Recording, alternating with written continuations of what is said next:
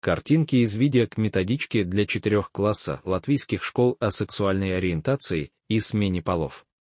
Также можно посмотреть видеоролик, шокировавший дерусификаторшу Лиану Лангу. Собака НИС.ЛВ.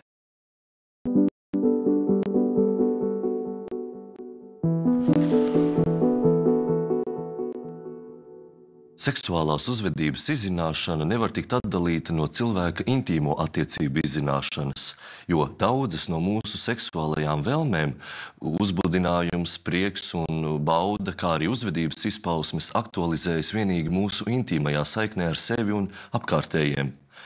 Zināšanas par cilvēka seksualitāti mūs ved pie izpratnes, savukārt izpratne pie sevis un citu pieņemšanas. Tā palīdz mazināt naidīgumu un neiecietību, stiprina dažādību, iekļaujošu, cieņpilnu domāšanu un uzvedību. Mēs esam pieraduši cilvēka seksualitāti novienkāršot, lielāko uzmanību pievēršot cilvēka ārējām bioloģiskajām dzimumpazīmēm. Bērniņam piedzimstot, viņu raiti ievietot rozā vai zilajā kastītē, automātiski pieņemot, ka šī kastīte viņam ir tīkama. Tad diezgan aši nonākam līdz tam, ka zilajai kastītei partnerattiecības ir jāveido ar rozā, un bez atkāpēm no vispār pieņemtajiem ideāliem viņiem jādzīvo kopā ilgi un laimīgi. Tomēr dzīvē izrādās viss mēdz izvērsties pavisam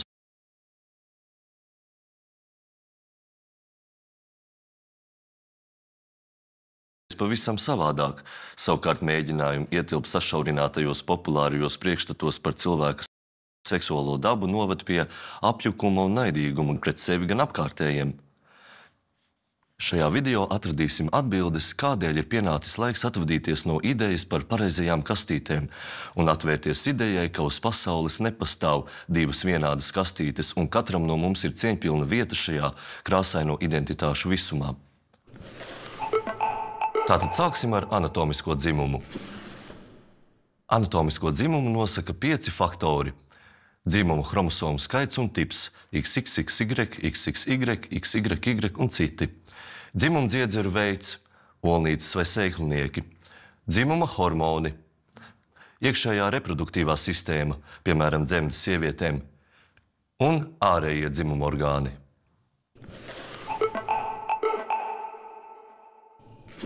Cilvēki, kuriem kāds no šiem 5 faktoriem neatbilst sieviešu vai vīriešu dzimumam, ir interseksuāli. Pazīmes, ka cilvēks ir interseksuāls, nevienmēr parādās piedzimstot.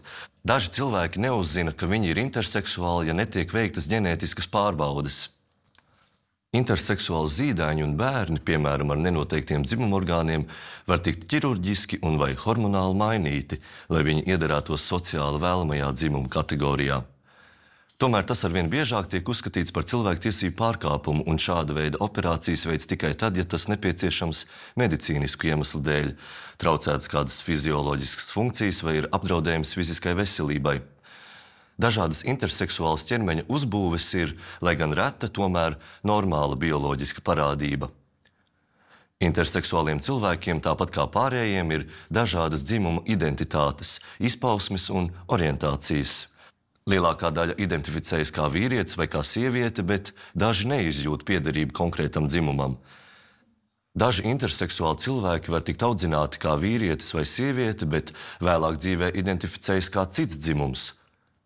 Atceries, tavs bioloģiskais dzimums nenosaka tavu dzimtes identitāti, dzimtes izpausmi, seksuālo vai romantisko orientāciju. Dzimte.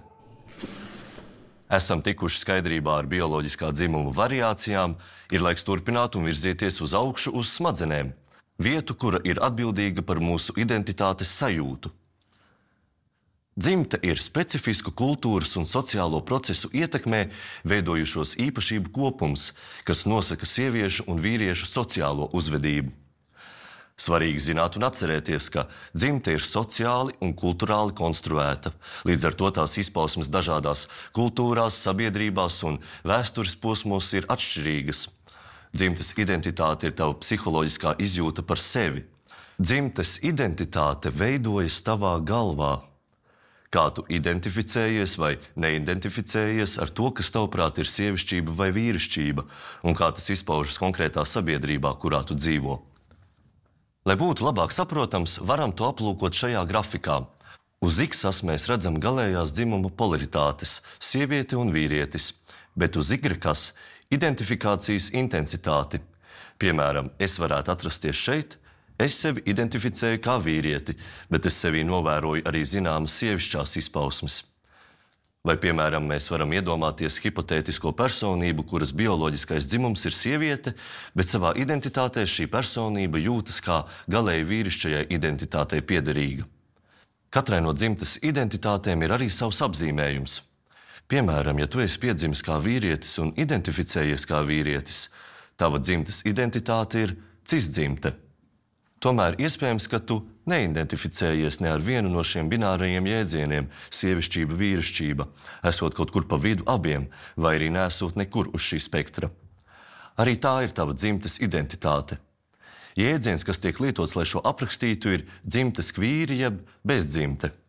Savukārt cilvēki, kuri sev nepieskaita ne pie viena dzimuma, ir nebināri. Vēl viens svarīgs termins, kas tev jāzina šajā kontekstā, ir transpersona.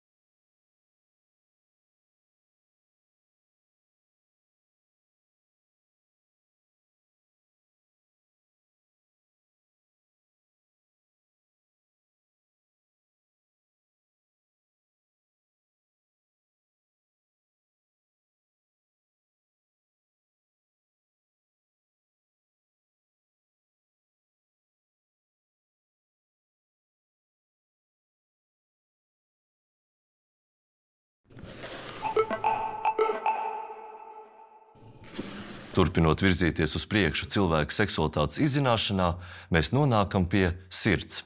Metaforiskās sirds, protams. Seksuālās jūtas, jeb seksuālā orientācija ir tavas fiziskās, emocionālās un garīgās simpātijas. Tās ietver vēlmi veidot seksuālu kontaktu ar cilvēku, pret kuru izjūti šo pievilkšanos. Biežāk sastopami termini, kas tiek lietoti, lai apzīmētu dažādas seksuālās orientācijas, ir heteroseksualitāte, jūtas pret pretējā dzimuma pārstāvjiem, homoseksualitāte, jūtas pret sava dzimuma pārstāvjiem, lesbiete, gejs, biseksualitāte, jūtas pret abu dzimumu pārstāvjiem, panseksualitāte vai omniseksualitāte ir jūtas pret cilvēkiem neatkarīgi no bioloģiskā dzimuma vai dzimtes identitātes, demiseksualitāte, cilvēks seksuālo tieksmi pret otru cilvēku izjūt tikai pēc tam, kad izveidojusies spēcīga emocionālā piesaiste. Aseksuāli ir cilvēki, kuri neizjūt seksuālo pievilkšanos ne pret vienu. Aseksualitāte nav celibāts. Ne visi, kas ievēro celibātu, ir aseksuāli, un ne visi aseksuālie cilvēki ievēro celibātu. Tāpat pastāv iespēja, ka tu vēl esi savas seksuālās orientācijas izziņas procesā, un tas ir pilnīgi normāli. Seksuāls jūtas ir process, kas notiek visas dzīves garumā. Atceries, tava seksuālā orientācija nenosaka tavu romantisko orientāciju, bioloģisko dzimumu, dzimtes identitāti vai dzimtes izpausmi. Tomēr seksuālā ieinteresētība nebūtu nav vienīgā, kura piesaista mūsu uzmanību, motivē mūs veidot attiecības. Romantiskas jūtas, jeb romantiskā orientācija ir tava fiziskā, emocionālā un garīgā pievilkšanās pret kādu. Tā ietver vēlmi veidot romantiskas attiecības ar cilvēku, pret kuru izjūti šo pievilkšanos. Tā var būt un var nebūt savstarpēji saistīta ar tavu seksuālo orientāciju un vai seksuālām jūtām. Varbūt situācija, ka tavas seksuālās jūtas ir pret viena tipa cilvēkiem, bet romantiskas pret cita tipa cilvēkiem. Heteroromantiskas orientācijas cilvēki izjūt romantiskas jūtas pret pretējā dzimuma pārstāvjiem. Homoromantiskas orientācijas cilvēki izjūt romantiskas jūtas pret sava dzimuma pārstāvjiem. Biromantiskas orientācijas cilvēki izjūt romantiskas jūtas gan pret sava, gan pretējā dzimuma pārstāvjiem. Panromantiskas vai omniromantiskas orientācijas cilvēki romantiskas jūtas var izjust pret jebkura dzimuma vai dzimtes pārstāvjiem. Cilvēki, kas ir demiromantiski, romantiskas jūtas pret otru cilvēku izjūt tikai pēc tam, kad izveidojusies spēcīga emocionālā piesaiste. Aromantiskas orientācijas cilvēki neizjūt romantiskas jūtas, taču tas nenozīmē, ka šie cilvēki neizjūt platonisku mīlestību. Gluži tāpat kā seksuālā orientācija, arī romantiskās jūtas ir process, kas noris visas dzīves garumā. Atceries, tava romantiskā orientācija nenosaka tavu seksuālo orientāciju, bioloģisko dzimumu, dzimtes identitāti vai dzimtes izpausmi. Svarīgākais, ko ir vērts atcerēties, ka seksuālā interese nav vienīgā interese, kura virza mūs veidot intīmi tuvas attiecības ar cilvēkiem. Un seksam nav jābūt obligātam intīmo attiecību galamērķim vai attiecību nozīmīguma rādītājam. Esam noskaidrojuši, cik dažādi mēs varam justies par sevi, cik dažādas un unikālas mēdz būt personības identitātes un orientācijas. Nu varam pievērst uzmanību situācijai, kad patiešām tiek iesaistīts otrs cilvēks un pienācis laiks sevi pārstāvēt savā uzvedībā.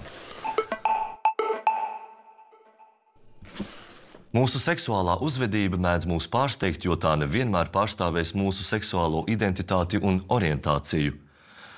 To, cik atklāti uzdrošinamies un izvēlamies izpaust sevi savā uzvedībā, ievērojami ietekmēs ne tikai mūsu pašu ticības un pārliecības, bet arī konkrētajā kultūrā un laikmetā aktuālie priekšstati un pieņēmumi.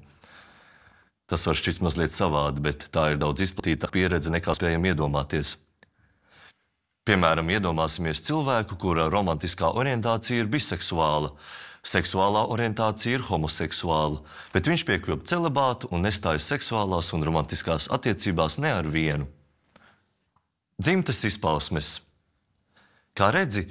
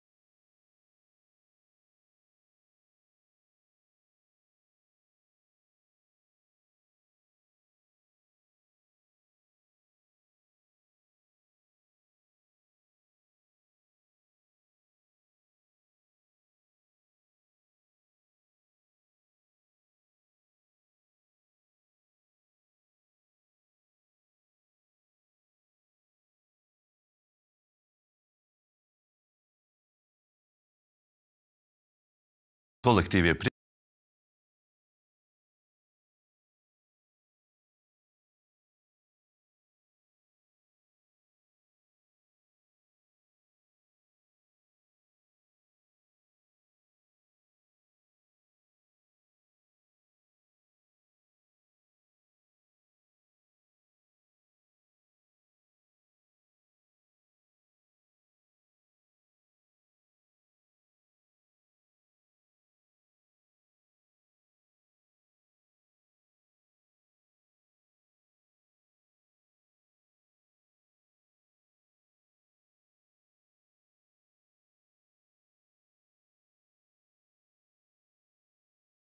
jūties un identificējies kā sieviete, tev patīk savs dzimums un tava dzimtes izpausme ir tradicionāli vīrišķīga. Tev ir īsi mati un tev patīk valkāt bikškostīmus. Vai arī tu esi piedzimis kā vīrietis, identificējies kā vīrietis, tev patīk cits dzimums un tava dzimtes izpausme ir vairāk sievišķīga nekā izteikti vīrišķīga. Ievēro, ka runājot par dzimtes izpausmi, jēdzieni sievišķīgs un vīrišķīgs tiek likti pēdiņās, jo sievišķīgās, vīrišķīgās normas, izpausmes un lomas ir sociāli un kulturāli konstruētas. Līdz ar to arī dažādās sabiedrībās šīs normas, lomas un izpausmes būs atšķirīgas. Svarīgi ir atcerēties, ka dzimtes izpausme laika gaitā var mainīties un transformēties. Dzimte ir spektrs un dažādībā ir spēks. Atceries, tava dzimtes izpausme nenosaka tavu bioloģisko dzimumu, dzimtes identitāti, seksuālo vai romantisko orientāciju. Personības seksualitāte. Iepazīstoties ar katru no personības seksualitāti veidojošajām komponentēm, ir svarīgi atcerēties, ka tās visas ir savstarpēji neatkarīgas viena no otras. Tātad bioloģiskā sieviete var identificēties ar vīrieti, kuram ir seksuālās attiecības vienīgi ar sievieti, kaut arī viņu piesaista gan sievietes, gan vīrieši. Savukārt daudz ērtāk viņš jūtas sievišķajās dzimumlomās. Tā varbūt nav bieži sastopama pieredze, bet tā noteikti nav neiespējama. Daudzi cilvēki dzīves laikā plūst kādā no šīm kategorijām. Tādēļ ir tik svarīgi, ka mēs uzticamies sev, mēs saprotam sevi, mīlam un cienam sevi. Un ar tādu pašu sapratni, pieņemšanu un cieņu izturamies arī pret apkārtējiem. Zināšanas mums nodrošina izpratni, savukārt izpratne ved pie pieņemšanas. Pasaules, kura atveras košā un iedvesmojošā dažādībā.